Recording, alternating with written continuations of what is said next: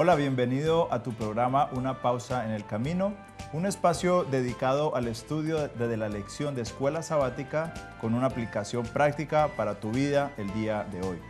Estoy contento de poder contar con la presencia de mi amigo Harris Botina. Harris, bienvenido. Gracias a mí. Esta semana es una lección muy interesante. Candente y muy buena. Pero muy buena, es correcto. Y antes de empezar, vamos a hacerlo con una oración, ¿te parece? Oremos. Padre bondadoso, te damos gracias una vez más por la oportunidad de compartir tu palabra. Bendícenos en el estudio y el repaso de este día de la lección.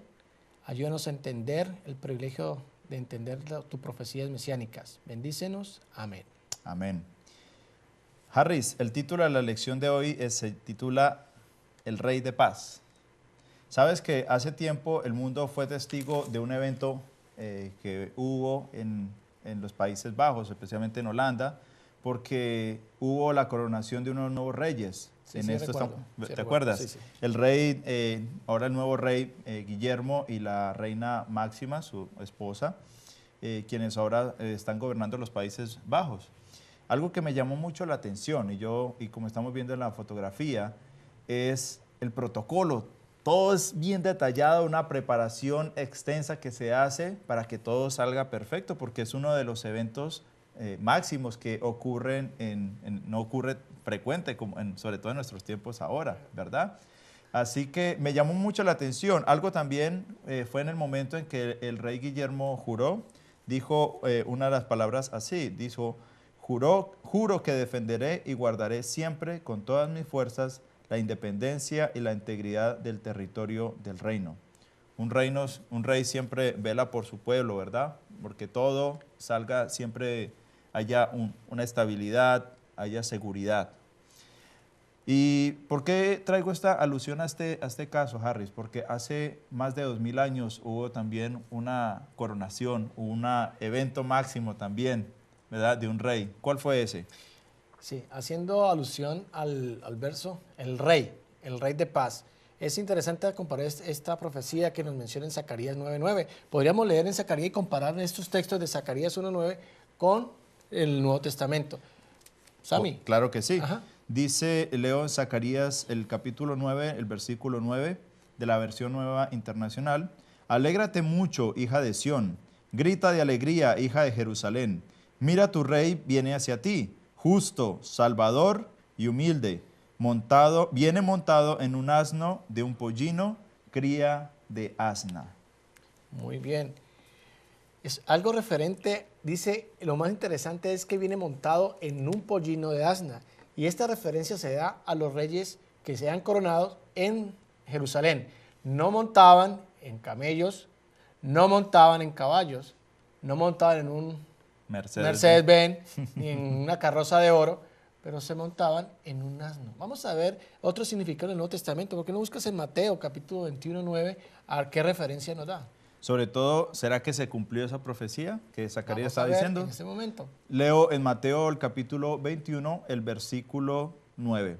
Dice, tanto la gente que iba delante de él como la que iba detrás gritaba, Hosana al Hijo de David, bendito el que viene en el nombre del Señor, Hosana en las alturas. Qué increíble. O sea, Dios, el Rey del universo, montado en un asno. Hay que mirar, pocos días antes del sufrimiento en la cruz, que es la pasión, Jesús entró a la ciudad, como se está mencionando aquí en Mateo, en Jerusalén. También nos menciona en Juan, capítulo 12, versículo 13 al 15, para ver un marco y ver algo más amplio de esa profecía. Claro, este es el testimonio de Juan. Él dice, al día siguiente, muchos de los que habían ido a la fiesta se enteraron de que Jesús se dirigía a Jerusalén. Tomaron ramas de palma y salieron a recibirlo, gritando a voz en cuello, Hosana, bendito el que viene en el nombre del Señor, bendito el Rey de Israel. Jesús encontró un burrito y se montó en él, como dice la Escritura. No temas, oh hija de Sión, mira que aquí viene tu rey montado sobre un burrito. Montado sobre un burrito. Es interesante, la gente estaba alborotada, decía coronando a Jesús, Jesús viene, el rey viene, pero no se habían perdido de algo muy interesante. Su entrada a Jerusalén no fue por casualidad, ni capricho de él, sino que lo hizo para cumplir la voluntad perfecta de su Padre, de Dios, que eso es lo que estamos refiriendo ahí. En ese momento. Qué interesante. Es verdad. Sabes, Harris, algo también que me llama mucho la atención es sobre todo la reacción de la gente, porque en ese momento vemos una gente alegre, alabando, glorificando a Dios, porque ahora estaban viendo esa profecía cumplirse. Imagínate tú estar en ese momento siendo un pueblo esclavo, por decir, o bajo el régimen de un gobierno extraño, con esa profecía de que iba a venir un libertador que los iba a liberar, y ver a ese Jesús que tenía el poder de hacer milagros, tanto de sanación como de resucitar muertos. Ahora imagínate él dejándose ahora, sí, coronar como rey, haciendo una entrada triunfal. Mira, es impresionante la figura del rey de paz. Dice, el que haya entrado montado en un asno, en un burriquito, nos pone de manifiesto su humildad. Pudo haber entrado a la ciudad acompañado de pomposidad, de huestes, igual, de un caballo, que siempre los reyes entran coronando caballos, pero el caballo es manifestación de guerra. O sea, interesante. Guerra. Sin embargo, él entró en un asno y un asnito, un burrito, que es sinónimo de humildad. Jesús quería enfocar a su pueblo que no venía a coronarse con pomposidad, sino a demostrar que el reino de Dios es un reino de humildad. Correcto, o sea que él no venía a ser un rey ahora de guerra, sino al contrario, él venía a ser ahora un rey de paz, el cual venía no a liberar a su pueblo literalmente de la esclavitud de Roma, pero era algo mucho más grande, salvar a todo su pueblo, no solamente Israel, sino al de todo el mundo, a todo aquel que cree en él, ¿verdad? Y lo acepta como salvador de las garras del pecado. Y Harry, me llama algo también muy interesante para notar, es de que muchas de las personas que en ese momento estaban orgullosas, sobre todo los discípulos, ¿verdad? De que sentían ese gozo de que ahora su Jesús, su Mesías, ahora sí iba a ser el nuevo rey, ellos también iban a ocupar un lugar privilegiado. No solamente ellos fueron los que huyeron cuando a Jesús lo vinieron a prender, que lo vamos a ver más adelante, pero también de que muchas de las personas que alabaron fueron también de las que gritaron crucifícale. Más adelante vamos a ver. Se le olvidaba por completo en esos momentos lo que había mencionado él a sus discípulos, como lo podemos ver en Mateo 11:29. Antes que entraba a Jerusalén, Jesús se refirió a sus discípulos diciendo, aprended de mí, que soy manso y humilde de corazón. De corazón. ¿Cuál va a ser tu actitud el día de hoy?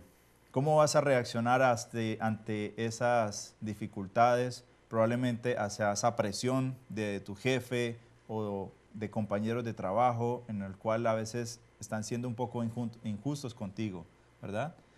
Yo creo que esa lección que Dios nos dio, ¿verdad? De saber, el poder leer y ver de que el Rey de Reyes, Señor de Señores, no quiso hacerlo, como mencionabas, con una entrada majestad, con ángeles, algo increíble. Al contrario, prefirió hacerlo de la forma más humilde, como lo había hecho. Hay que recordar que el Rey de paz es el Rey que debe gobernar nuestros corazones. Con humildad, sencillez y amor. ¿Oramos? Oremos.